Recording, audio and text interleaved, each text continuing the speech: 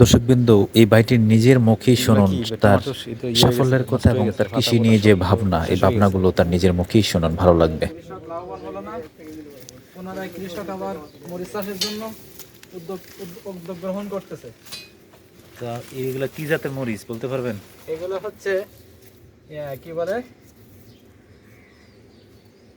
বারোমাসি মরিচ, বুনুন মরিচ, বুনুন বনন মরিচ। হ্যাঁ, বনন মরিচ আবার কোন মরিচ? একটা ধরলাম যে কত মরিচের নাম শুনলাম, জাতের নাম তো খেয়াল নাই। জাতের বহুত জাতের মরিচ আছে, বাংলাদেশ জাতের কোনো অভাব নেই তো। ডান্ডা জাতের মরিচ, শেষ নাই। ফাফা মরিচ, বিন্দু মরিচ, ফানিসারা মরিচ, ঠাইসা মরিচ, গাইসা মরিচ, মরিচের নাম তো অভাব নাই। তো এবার কত লক্ষ টাকার এই যে বিক্রি করছেন, এই যে টমেটো বিক্রি করছেন, বলতে পারবেন ভাই? টমেটো বহুত টাকা ইনকাম হয়েছে টমেটো। হ্যাঁ, সর্বশেষ টমেটো গাছে এখানে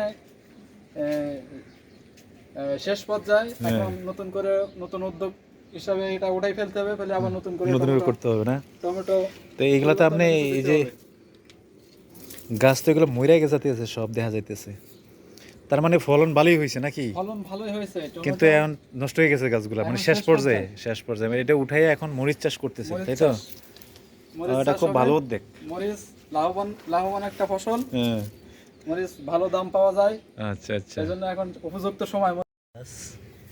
এটা কি বুনন মরিচ? বুনুন, আসলে শিওর না, ঠাট্টামি। শিওর বুনন মরিচ। বুনুন। বুনন মরিচের জাত তো আচ্ছা, এই যে সেই বুনন মরিচ, আমি তো জানি না। তো আপনাদেরকে দেখাচ্ছি বুনন মরিচটা কেমন হয়। এটা কি ছোট আকারে মরিচটা কি বড় হয় না ছোট হয়? অনেক তেজ হবে মরিচ, অনেক তেজ হবে, মানে ঝাল হবে তো, অনেক ঝাল হবে, তেজ হবে।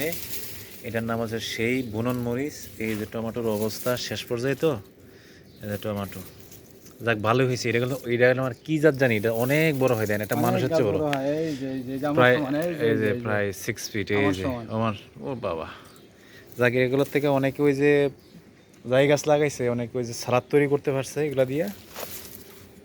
আর এখানে এটাও শেষ পর্যায়ে, এটাও শেষ পর্যায়ে, এগুলো লাগাইছে। ওই যে এদিকে আবার কি কুমড়া লাগানো হয়েছে, যে কুমড়াও লাগানো হয়েছে, মিষ্টি কুমড়া। এগুলো হয়তো উঠাবে না, হয়তো মরিচ আরও লাগানো হবে। আর এদিকে একটা আম গাছ আছে, এখানে এই যে আম গাছ। এখন এই যে দিয়ে দেন, সমস্যা নাই। এই পানি দিবেন, পানি দিতে হবে কেন? পানি না দিলে তো গাছ রুইয়ে পানি দিতে হয়, কেন হলে তো গাছ সুন্দর হয় না, না সুন্দর হয় না। পানি দিয়ে দিলাম, পানি দিতেছে, এই পানি দিয়ে দিলাম, আবার কালকে সকালে পানি দিব। হ্যাঁ ইনশাআল্লাহ দ্রুত ফল চলে আসবে। হ্যাঁ, ইনশাল্লাহ, ঠিক আছে। তাহলে গাছটা মরবে না আর কি। গাছটা আপনার আসলে একটা গাছের মূল উপাদান হচ্ছে পানি। পানির থেকে তারা খাদ্য সংগ্রহ করে আর কি, বেঁচে থাকার যে পানি হলো মেন। আরেকটা জিনিস, সূর্যের আলোকে, অনেক সময় সূর্যের আলো থেকেও তারা খাবার গ্রহণ করে।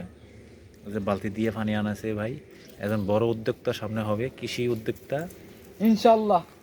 আমরা দোয়া করি আপনি একটা বড় উদ্যোক্তা হন। কিন্তু জায়গার পরিমাণ তো কম, কিন্তু যে এরিয়া নিছেন এই এরিয়াতে তো আপনি পুষাবেন না, তবে আপনি নিজে নিজে খাইতে পারবেন আর কি, বুঝতে পারছেন নাজবুদ্দিন ভাই?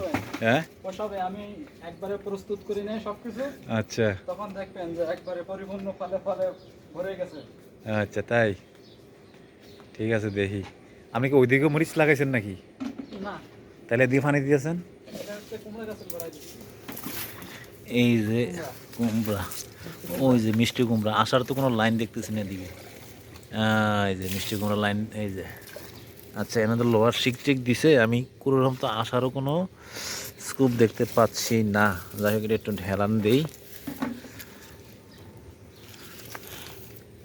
দেখেন একটা পোশাক করে রয়েছে।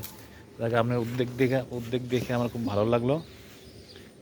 এটা আবার কী পরে রয়েছে, লুঙ্গিটা না? এই যে আরেকটা জিনিস দেখছেন আপনারা, এই যে লোহার শিক দিয়ে করা হয়েছে, মানে যা ফলন আসবে তার চেয়েও বেশি খরচ, মজবুত করা হয়েছে। আশা করো বড় আর বাসা বাঁধো ছোট, আশা করছে অনেক বড়। হ্যাঁ, ঠিক আছে, হ্যাঁ, যে অনেক মানে অনেক পরিমাণে কুমড়া ধরবে। লোহার লোহার ইয়া দিয়ে, আপনার রড দিয়ে মাচা করা হয়েছে। আচ্ছা আশা আচ্ছা, অনেক বড় আছে, আশা অনেক বড় আছে না? আর যাক, আলহামদুলিল্লাহ, আপনার কথা শুনে খুব ভালো লাগলো। এই ভাইটা এই ফসলটা উৎপাদন করছে।